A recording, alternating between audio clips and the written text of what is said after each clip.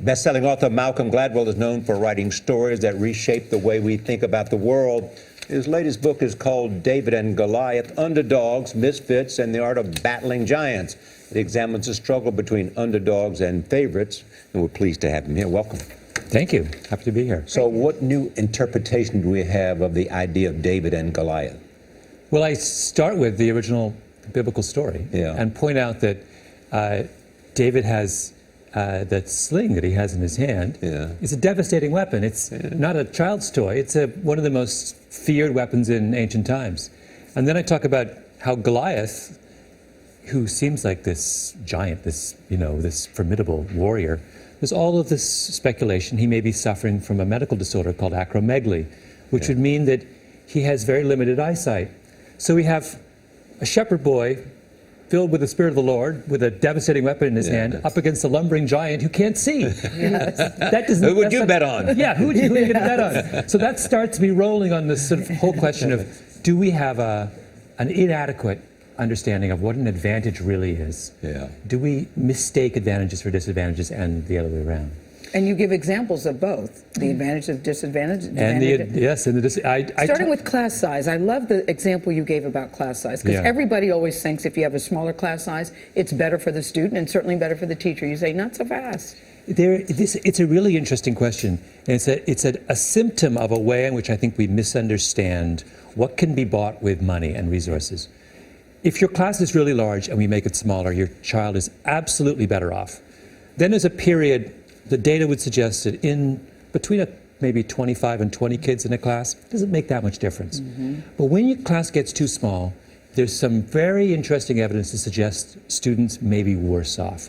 Why? Because they learn from other students in the class. Take away too many of their compatriots, then you don't get that kind of peer-to-peer learning. And you say teachers have to change their teaching style, which they do not do. Which they don't always do, So, I mean, it's a reminder. A lot of what this book is trying to do is to get us to take a step back from our easy assumptions about what makes more sense or what's better for kids or for any other, any number of other cases. You know, our history is replete with people who are considered underdogs, who go on to accomplish great things. One chapter in your book is about people with dyslexia, and in particular the COO of Goldman Sachs, Gary Cohn. He was just here. You write about the very famous lawyer David Boies, people who had dyslexia. What's in that story? What's in the lesson there?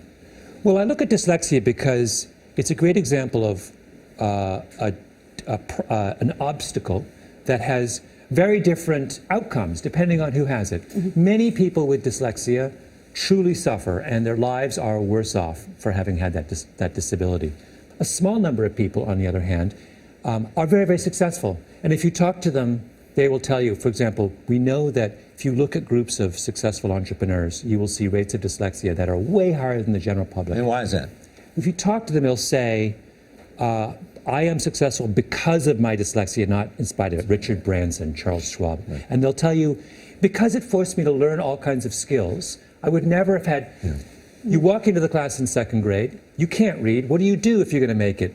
You identify the smart kid, you make friends with him. You want to sit next to him. You sit next to him, you recruit a team around you, you delegate your work to others, you learn how to talk your way out of a tight spot. But the downside of it is it's many people who live with dyslexia, sometimes feel that something is wrong and they're not as smart as other kids because they have a more difficult time learning and have to go, as you suggest, to overcome. You have to. I mean, I'm talking about a small minority of dyslexics, but I still think it's important for us to understand that something that we consider, we talk of as disability, has profoundly different Can I ask you, Malcolm, you've written great books, Blink, Tipping Point, Outliers, now David and Goliath. They're all great reads. They're like, wow, I had no idea this explains so much.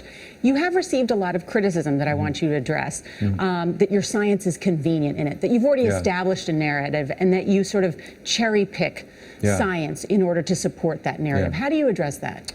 Well, this book, there are two instances in this book where I rely heavily on the science. On the class size discussion, I use a meta-analysis of 300 studies. That's not cherry picking. The second case is when I talk about the effect of the three strikes law in California, and I review the entire literature and give all references to it. People use that, and I always ask them, give me an example, and they never can. In fact, there was a woman who wrote an article on my book accusing me of cherry picking in the Columbia Journalism Review. And I emailed her and said, give me an example. And she said, I haven't read your book. So, I mean, wow. Yeah. I think people say that as a way of saying, oh, I just disagree with what you're saying. And you wrote to somebody else and said, calm down. I did. There have been some people who are getting a little hysterical. But the inside of your own mind, what is it that brings you to a certain topic that's intriguing to you? Yeah. Like David and Goliath, like Outliers, like Tipping Point. Like hockey players that begin, the outlines. Yeah, right. I guess I'm interested in, I think that your job as a journalist is to find things that disrupt your way of thinking. You can't ever be, you have to be willing to challenge everything you know, even if the challenge turns out to be groundless or leads you down a blind alley for a while. So I'm always looking for things that upend my understanding of the world. Do you think, Malcolm, you're a problem solver? And I ask that because friends say to me when they're involved in a problem, they'll say, I'm going to go Gladwell on you, which means, you've heard that term, which means you're going to be problem solving, very analytical. Do you see yourself as a problem solver? Well, that's a very nice way of saying it. My mother would probably disagree. She would probably say I'm a problem creator, but I'll take it. Absolutely. Well, Malcolm Gladwell, great to have you here at the table. Thank you. Thank you so We're rooting much. for Underdogs, too. Yes. And David Goliath is on sale now.